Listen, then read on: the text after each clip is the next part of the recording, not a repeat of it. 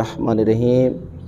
کافی ساری لیڈیز کی طرف سے یہ سوال تھا کہ خاتون کا حیض کے دوران نیاز پکانا، مجلس میں جانا، زیارات کو چھونا یا تبرکات جو ہوتے ہیں عزاداری امام حسین علیہ السلام میں، ان کا بنانا، اور مجبوری بھی یہ ہو کہ دو ہی لیڈیز ہوں، دونوں کو حیض آیا ہو، تو کیا وہ بنا سکتی ہے یا نہیں؟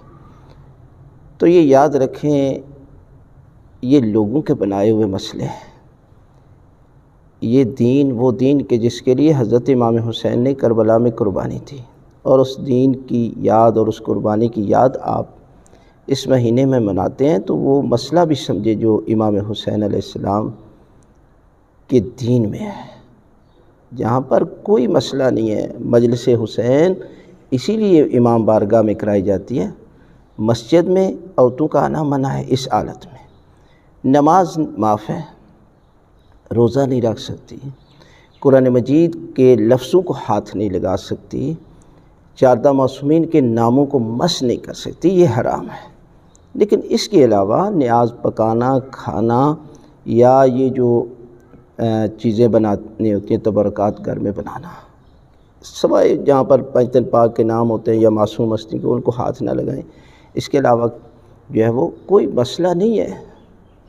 اس لیے کہ آپ یہ نہ سمجھیں کہ میرے دل کی بات ہے، آپ نے دل کی نہیں ماننی، مولا کی ماننی۔ ہمارے اور دوسرے لوگوں میں یہی فرق ہے کہ وہ دل کی مانتے ہیں، ہم مولا کی مانتے ہیں۔ آج محرم ہے اور مولا کی مانتے ہوئے یہ کام کر رہے ہیں نا، لباس بھی سیاہ، اور عزاداری امام حسین میں شرکت، لنگر نیاز، یہ کس کے لیے کر رہے ہیں؟